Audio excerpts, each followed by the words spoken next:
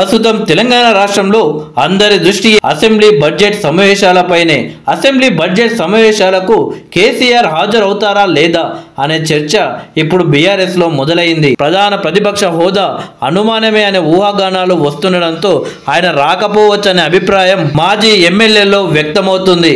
అసెంబ్లీకి హాజరవుతానని ప్రళయ గర్జనను చూస్తారుగా అంటూ ఇటీవలే కేసీఆర్ ఓపెన్ గా చెప్పారు.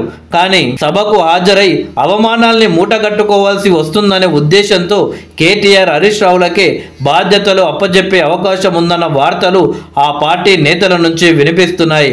ఆ పార్టీ నుంచి వరుసగా ఎమ్మెల్యేలు కాంగ్రెస్లో చేరిపోతుండడంతో చివరికి సింగిల్ డిజిట్కి పరిమితం అవుతుందనే ఆందోళన కూడా ఒక కారణమని ఉదహరించారు. గతంలో కాంగ్రెస్, తెలుగుదేశం పార్టీల నుంచి ఎమ్మెల్యేలను చేర్చుకున్న ఇదే సభలో ఇప్పుడు సొంత పార్టీ ఎమ్మెల్యేలను కాపాడుకోలేని నిస్సహాయత కారణంగా సభా సమావేశాలకు హాజరు కాకపోవచ్చనేది గులాబీ మాజీ ఎమ్మెల్యేల అభిప్రాయం.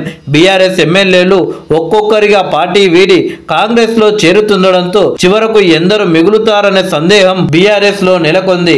కనీసం అరడజను మందైనా ఉంటారా అనే చర్చ జరుగుతున్న సమయంలో కేసీఆర్ ఈ సభకు హాజరు కావడం ద్వారా తన స్థాయిని తానే తగ్గించుకున్నట్లవుతుందనే వాదన ఒకవైపు, కాంగ్రెస్ సభ్యుల నుంచి విమర్శల రూపంలో అవమానాల్ని భరించాల్సి వస్తుందనే అనుమానం మరోవైపు ఆ పార్టీ నుంచి వినిపిస్తున్నాయి. దీంతో అధికార పార్టీని నిలదీసే బాధ్యత కేటీఆర్, హరీష్ రావులపై పడనుంది. అధికారంలోకి వచ్చిన 6 నెలల్లోనే కాంగ్రెస్ పట్ల ప్రజల్లో తీవ్ర వ్యతిరేకత వ్యక్తమవుతున్నదని జనం నిలదీసే రోజులు ఎంతో దూరంలో లేవంటూ బీఆర్ఎస్ నేతలు తరచూ మీడియా సమావేశాల్లో వ్యాఖ్యానిస్తున్నారు. కేసీఆర్ సైతం పలు సందర్భంలో ఇదే కామెంట్ చేశారు.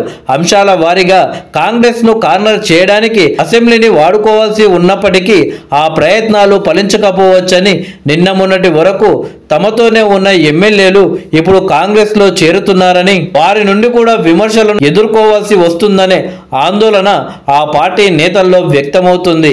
ఇక నిరుద్యోగుల విషయంలో గతంలో ప్రశ్నపత్రాల లీకేజ్, నోటిఫికేషన్ల రద్దు, హైకోర్టు ఘాటు వ్యాఖ్యలు, ఇటీవల పట్టభద్రుల ఎమ్మెల్సీ ఉప ఎన్నికల్లో వచ్చిన ఫలితం కానీ ఇలాంటివన్నీ గులాబీ పార్టీని భయపెడుతున్నాయి.